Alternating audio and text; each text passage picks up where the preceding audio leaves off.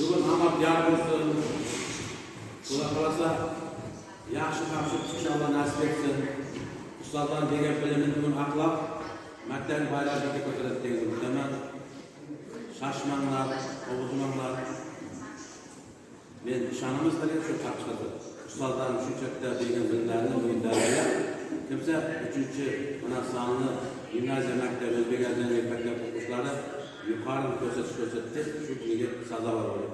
Şunun için Allah'ın nuru olsun. Hani bugün hemmemiz amatlar bu.